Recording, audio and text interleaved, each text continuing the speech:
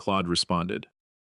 My brother-in-law Frank called at 6:52 in the morning, the day after we buried my wife, and he didn't even say hello. My brother-in-law Frank called at 6:52 in the morning, the day after we buried my wife, and he didn't even say hello. He said, Roger, I talked to the lawyer's office. They're saying Diane changed everything 2 weeks ago, and Michael isn't getting the boat, the cabin, none of it. I don't know what happened to your wife at the end, but we need to fight this. I was standing in the garage, where I'd been standing for 20 minutes, looking at her gardening gloves still hanging on the hook by the door, and I said, Frank, I know. He said, What? I said, I know about the will. I've known for 3 weeks. He went quiet in a way I want you to remember, because that same quiet is going to come up again later in this story. And when it does, you'll understand what it means. He said, You knew and you didn't stop her? I said, Frank, I didn't want to stop her. I asked her to do it. That's where I need to start, because everything else only makes sense once you understand that sentence. My name is Roger Callahan. I'm 68 years old. I live in a house outside Asheville, North Carolina, that my wife Diane and I bought in 1988, back when the road out front was still gravel and the nearest grocery store was 15 minutes away instead of 5. I spent 34 years as a structural engineer, first for the State Department of Transportation inspecting bridges, and the last 19 years running my own small firm doing residential and commercial inspections. I mention the job because it matters to how I noticed what I'm about to tell you, and I want you to understand that before I get to the part where Michael comes into it, a structural engineer's whole discipline is about load. Every beam, every joint, every foundation is carrying something, and most of the time it's carrying exactly what it was designed to carry. And nothing seems wrong, because failure in a structure doesn't usually announce itself with a bang. It shows up first as a hairline crack in a place nobody's looking. A door that used to close easily and now sticks a little. A floor that has the faintest, almost imperceptible give in one corner that wasn't there 5 years ago. You learn, over 3 decades of climbing into crawl spaces and standing under overpasses with a flashlight, that the failures which actually hurt people are never the sudden ones. They're the slow ones.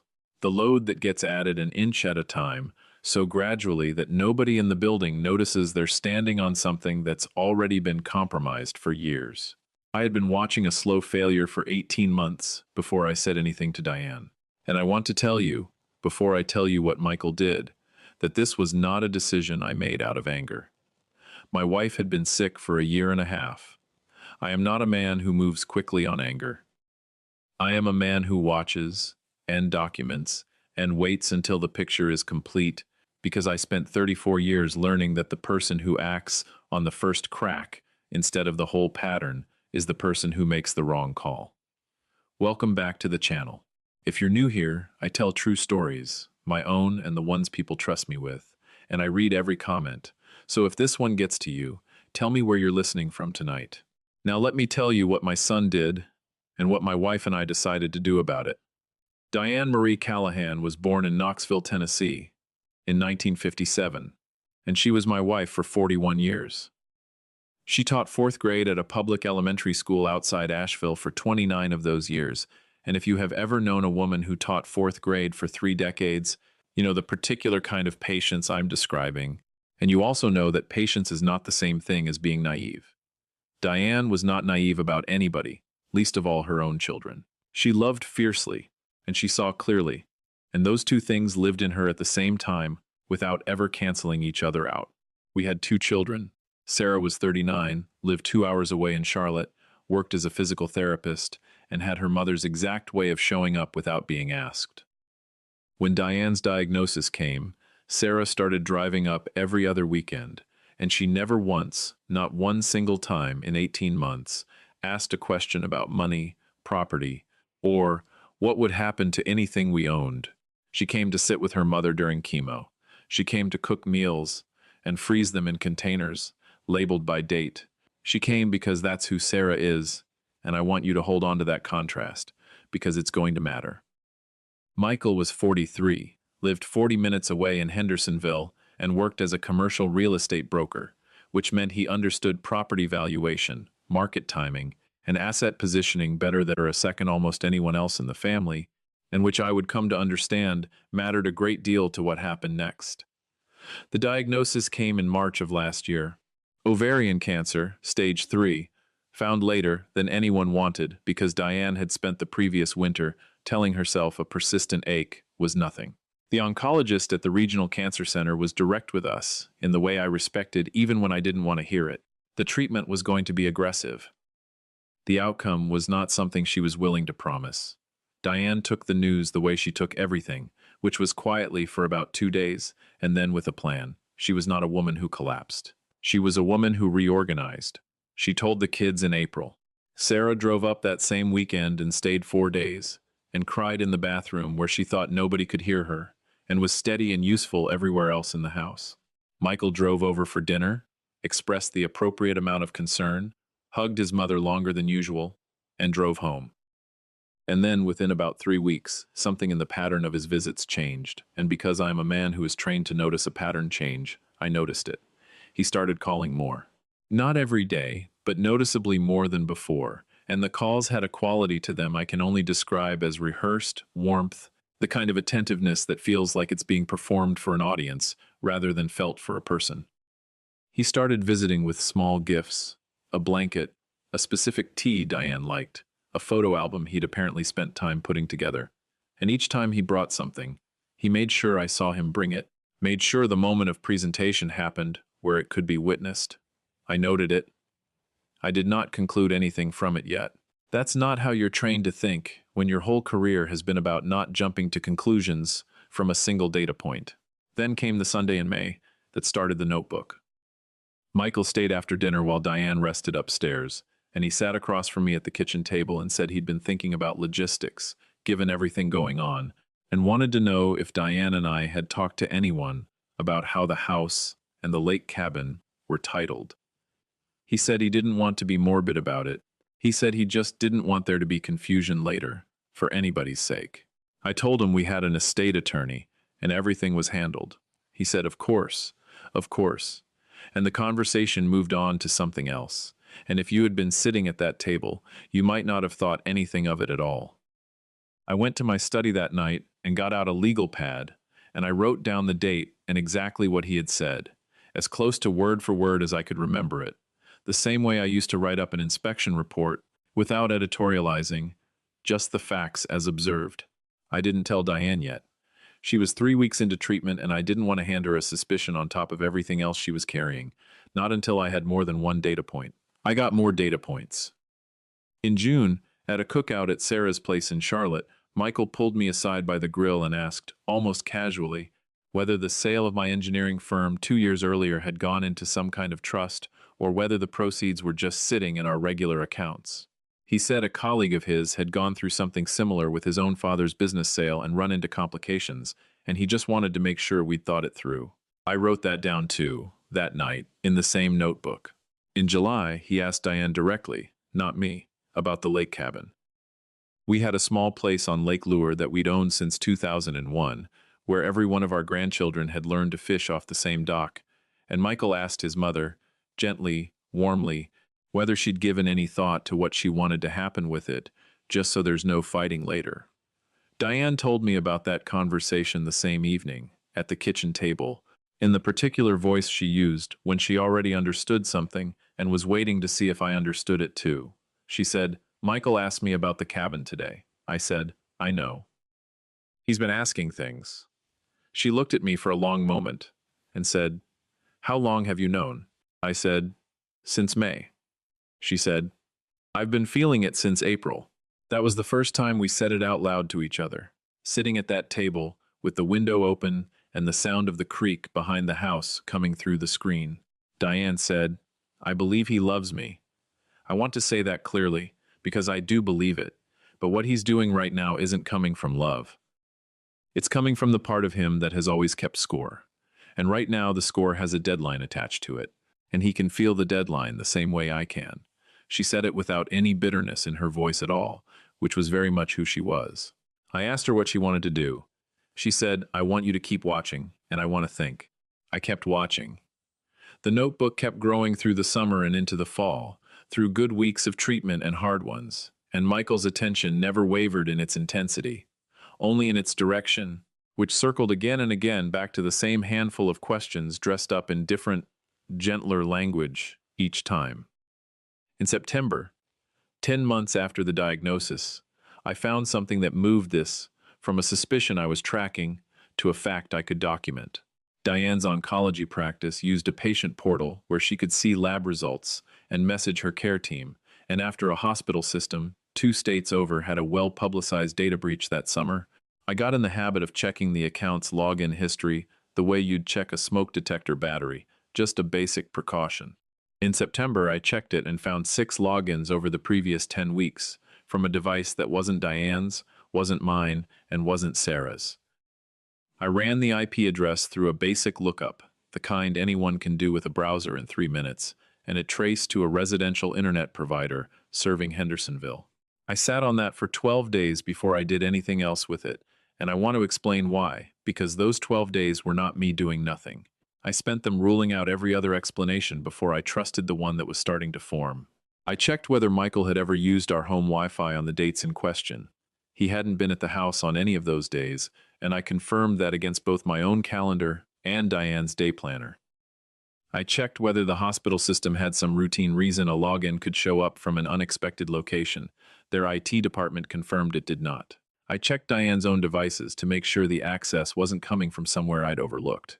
Every alternative closed itself off, one at a time, the same way you eliminate causes on a job site before you write your final report. And at the end of 12 days, only one explanation was still standing. Michael had been reading his mother's oncology notes and lab results without her knowledge, 6 separate times, across 10 weeks. What he'd been doing with that information came out later. In the phone records, Diane's attorney subpoenaed after the will was changed, as part of documenting exactly what had prompted the revision. The records showed 19 calls over that same window between Michael and a contact, saved as Vance Advisor, a certified financial planner in Hendersonville, whose practice, it turned out, specialized in estate structuring and trust administration. My son had been reading his dying mother's private prognosis and consulting a financial planner about his inheritance within the same 10-week period, and when Diane's attorney laid those 2 facts side by side in front of her, that was the moment the decision stopped being a possibility and became a certainty. The conversation with the attorney happened in our living room on a Tuesday afternoon in November. Diane sat in the chair by the window that got the good light in the mornings, the chair she'd taken to sitting in more and more as she got tired more easily, and I sat on the couch, and the attorney, a careful, unhurried woman named Patricia Odell, sat at the dining table with her folder of documents. Diane told her everything: the visits, the questions, the portal access, the calls to the advisor. Patricia listened without interrupting once, the way you can tell someone is actually listening instead of waiting for their turn. And when Diane finished, Patricia asked her 2 questions, and then sat quietly for a moment before she spoke again. She said, "Diane, I want you to tell me what outcome you actually want. Not what you think you're supposed to want, what you want." Diane said, "I want to know that what Roger and I built is going to go where we decided it should go, not where Michael has spent a year quietly positioning himself to receive it." Patricia said, "Then let's talk about your options." The options were clear, legal, and entirely available to a woman of sound mind making decisions about her own estate, which Diane was, in every sense that mattered. Patricia explained them. Diane listened. And at the end, Diane turned to me from that chair by the window with a look I'd been on the receiving end of for 41 years, and she said, "Roger, tell me what you think." I said, "I think you already know what's right, and I think you should do it." She said, "I need you to say it plainly, because what I'm about to do changes what your son gets, and I need to know we're doing this together, not just me." I said, "Diane, I'm the one asking you to." 3 days later, she sat down with Patricia and signed the revised documents. 5 days after that, on a Thursday morning, my wife of 41 years died in that same chair by the window, with the morning light coming through the way it always did, and Sarah holding one of her hands and mine around the other.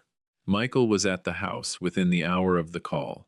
He was at the funeral home the next day, and at the service 2 days after that, moving through the room afterward with a warmth that, once you've seen behind it, you can never unsee again, no matter how convincing it looks to everybody else in the room. He told me twice that afternoon that he was going to be there for me, that we would get through this together as a family. I told him I appreciated it. I looked at his face while he said it, and I thought about the 6 logins, and the 19 phone calls, and the Sunday at the kitchen table when he'd asked me about logistics, 8 months before his mother was even gone. And I thought about her hand in mine that morning with the light coming through the window she'd picked out specifically for that light back in 1988. He said he'd come by the next morning to talk about next steps with the estate. I told him that was fine. I told him to come at 9. He came at 9, sat at the same kitchen table, brought a folder this time instead of a legal pad, and opened with how much he loved his mother, and how much he wanted to honor what she would have wanted. I let him finish. Then I said, "Michael, Patricia Odell is the executor. Anything about the estate goes through her office." He said, "Of course. I just wanted to understand what we're—" He stopped himself. "What she decided." I said, "Patricia will walk you through exactly what your mother decided." He called her office 40 minutes later. Patricia called me shortly after to tell me the call had gone, the way these calls usually go once someone has been living inside a different assumption for a long time. He called me himself around noon, and it wasn't the warm voice this time. It was the other one, the one underneath, the one that only comes out once the audience has left the room. He said, "Dad, what happened to the will?" I said, "You need to talk to Patricia about that." He said, "Patricia told me I'm not in it at all. She said Mom changed it a week before she died." I said, "I know." He said, "How do you know?" I said, "Because I asked her to." The silence on the other end of that call lasted a long time, and it was the exact same silence Frank had gone quiet with that morning in the garage.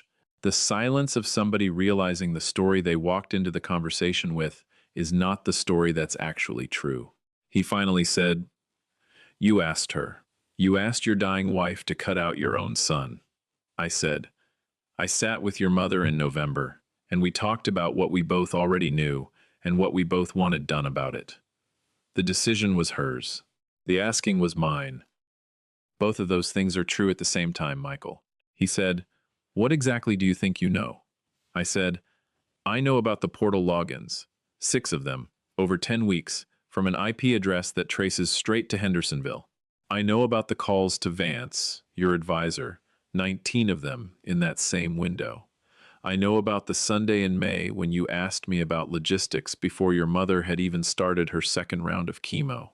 I know about July, when you asked her about the cabin and called it keeping the peace. I've had a notebook since May of last year, and your mother knew most of what was in it before I ever told her the rest of it." The silence changed character after that. It wasn't revision anymore. It was recognition. He said, "She knew." I said, "She knew everything, and she made her decision with complete clarity, with a lawyer present, of sound mind, fully aware of exactly what she was choosing and why. I'm not going to tell you how to feel about that decision. You're allowed to think whatever you want about it. But I want you to understand it was hers, made deliberately, and it will hold up to anything you want to throw at it, because Patricia Odell does not leave gaps in her paperwork." He said, "I'm going to fight this." I said, "That's your right. Talk to Patricia about what fighting it would actually look like." He didn't say anything for a moment, and then he said, "Did you ever think about what this does to us?" I said, "Michael, I thought about what your behavior for the last year did to you and your mother. I thought about it a great deal, for a long time, and so did she. This is what she decided to do with what she knew." He hung up. I set the phone down on the counter and looked at the chair by the window, empty now, with the same morning light in it that had been there every single day since 1988. The light, Diane said, sold her on this house before we'd even finished the walkthrough. She was right about the light, and she was right about almost everything else in our life together. And the chair was still there, and it would stay there. Sarah came into the kitchen a little after that. She'd been staying with me since the funeral, sleeping in her old room, doing the quiet, useful things she'd always done without being asked. She sat down across from me and said, "He called?" I said, "He called." She said, "How'd it go?" I said, the way it needed to. She was quiet for a second, and then she said, Mom knew exactly what she was doing. I said, she always did, right up to the very end. That never once changed about her. Sarah put her hand flat on the table, not reaching for mine, just there. The way people sometimes make themselves present without asking anything of you in return. And we sat like that for a while, with the creak sound coming through the window and the casserole dishes still stacked on the counter. From 3 days of neighbors bringing food, nobody had the heart to eat yet. Michael did not end up fighting it. Patricia's paperwork held exactly the way she said it would, and whoever he talked to about his chances told him, in whatever words they used, the same thing Patricia had told me. There was nothing there to contest. He called in January, not about the estate. He called because it was a new year, and because I think 8 weeks of quiet had given him room to do a kind of accounting he hadn't done before. Not an apology exactly. Not at first. He said he'd been in a hard place for a long time and hadn't been operating from his best self during it.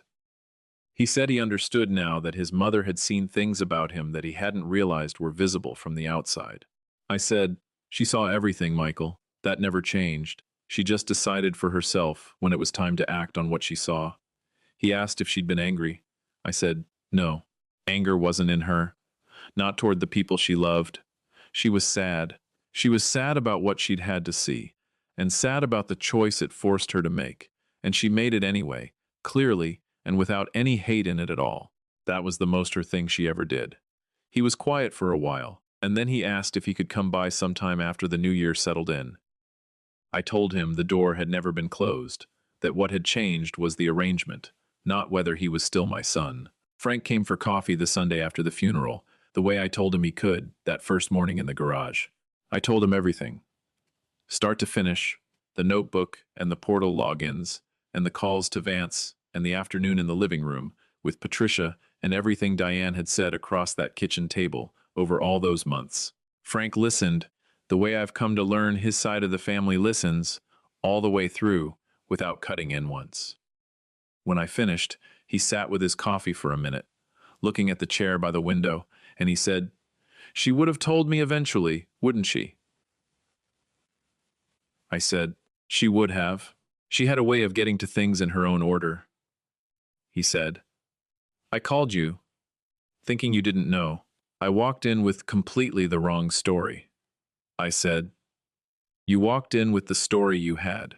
I just happened to have a different one. He said, she asked you to ask her. That's what I'm hearing.